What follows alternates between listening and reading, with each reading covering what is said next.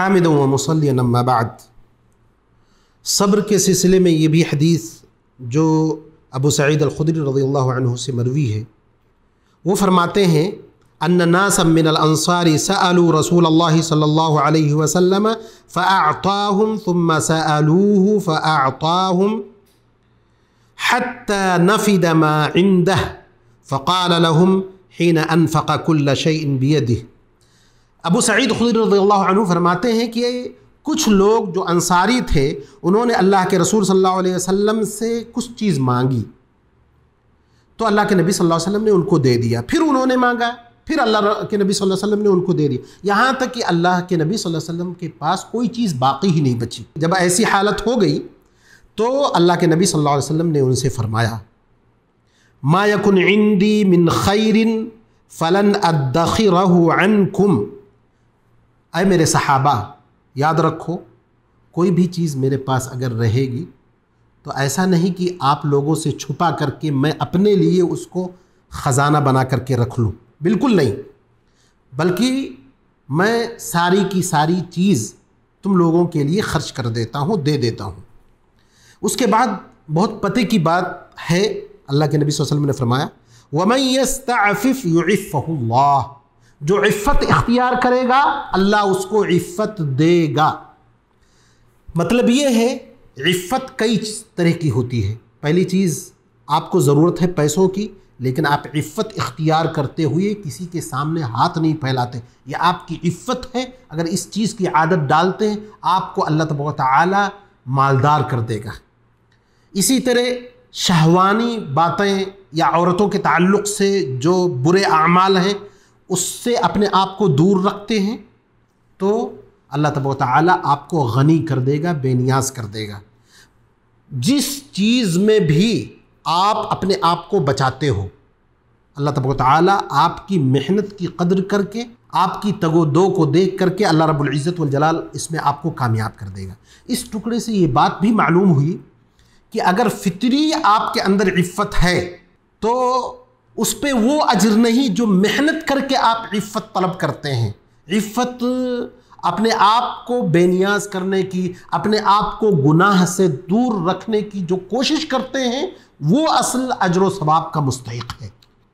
तो इस टुकड़े में अल्लाह के नबी सल्लल्लाहु अलैहि वसल्लम ने फरमाया जो आफीफ बनने की, इफ़्फ़त के रास्ते पर चलने की कोशिश करेगा अल्लाह रब्बुल इज़्ज़त वल जलाल उसको बेनियाज कर देगा, गनी कर देगा, मालदार कर देगा, गुनाहों से बचाएगा। उसके बाद अल्लाह के नबी सल्लल्लाहु अलैहि वसल्लम वमन यस्तगनी युगनिहिल्लाह, जो ग़िना ज़ाहिर करेगा अल्लाह उसको बेनियाज करेगा।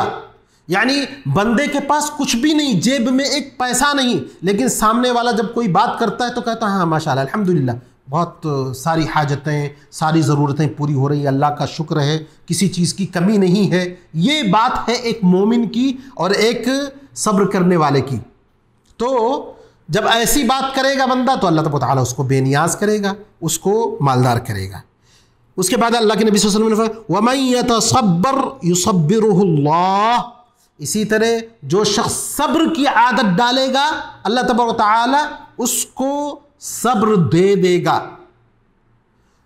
इसी तरह अल्लाह के नबी सल्लल्लाहु अलैहि वसल्लम ने फरमाया वमा उअतिया अहदुन अताअन खैरन व औसअ मिन अस्सब्र, कि दुनिया में जितनी भी अतियात, हदियात, जितने भी तोहफे हो सकते हैं, जितनी भी नेमतें हो सकती हैं, उन नेमतों में सबसे बड़ी नेमत यह है कि इंसान को सब्र मिल जाए अल्लाह रब्बुल इज़्ज़त वल जलाल की तरफ से।